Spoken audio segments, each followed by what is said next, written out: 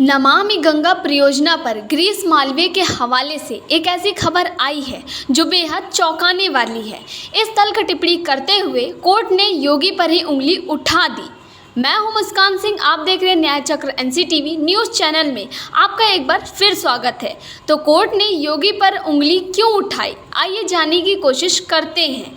हुआ कुछ यूं कि इतने सालों में आज पहली बार ये पता चला है कि गंगा के प्रदूषण को साफ करने वाला सीवेज ट्रीटमेंट प्लांट भी अडानी की कंपनी चला रही है और मोदी सरकार ने उससे ऐसा समझौता किया है कि किसी समय प्लांट में क्षमता से अधिक गंदा पानी आया तो शोधित करने की जवाबदेही अडानी की कंपनी नहीं होगी। बताइए, क्या ऐसा भी कोई एग्रीमेंट होता है?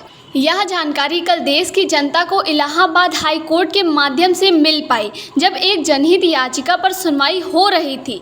नमामि गंगे परियोजना के महानिदेशक ने कोर्ट को यह भी जानकारी दी कि सीवेज ट्रीटमेंट प्लांट तो अडानी जी ही चला रहे हैं।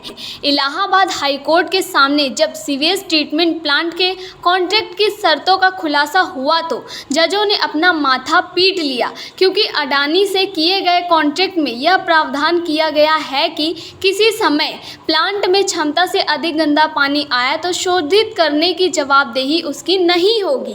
इलाहाबाद हाईकोर्ट ने इस तथ्य पर बेहद तल्ख टिप्पणी करते हुए कहा कि ऐसे करार से तो गंगा साफ होने से रही।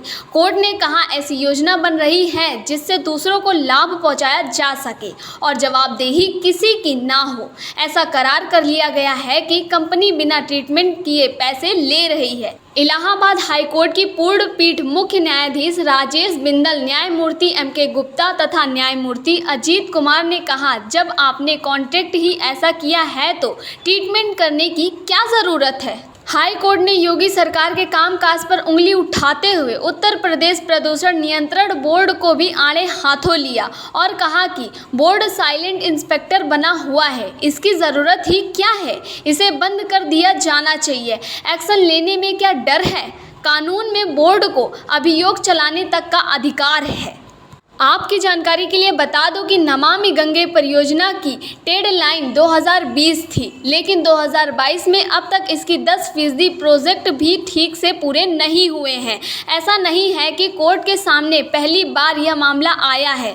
2019 में भी इलाहाबाद हाई कोर्ट के 3 जजों की पूर्ण पीठ ने केंद्र सरकारों से नमामि गंगे प्रोजेक्ट कार्य के प्रगति की जानकारी मांगी थी। कोर्ट ने पूछा कि जितने भी एसटीपी स्थापित किए गए हैं वे ठीक से कार्य कर रहे हैं या नहीं, उनकी क्या स्थिति है और गंगा में नाले का गंदा पानी सीधे कैसे जा रहा है, उन्हें रोकने का इंतजाम क्यों नहीं किया गया है और गंगा में न्यूनतम जल प्रवाह करने की क्या योजना है। लेकिन उस वक्त आम चुनाव होने थे, लिहाजा सुनवाई टलती गई और 2022 आ गया। 2016 में नमामि गंगे परियोजना का बजट 20,000 करोड़ रुपए का बनाया गया था। साफ दिख रहा है कि 20,000 करोड़ भ्रष्टाचार की भेंट चढ़ गए हैं। मीडिया पिछले कई दिनों से पश्चिम बंगाल में हुए 20 करोड़ के भ्रष्टाचार की खबरें सुबह शाम जनता को परोस रहा है, लेकिन 20,000 करोड़ के भ्रष्टाचार पर कोई बात नहीं हो रही है। तो दोस्तों, आपकी इस पे क्या राय है? अपने सुझाव कमेंट बॉक्स में हमें अवश्य दें। तब तक के लिए देखते रहिए न्याय चक्र एनसीटीवी। धन्यवाद।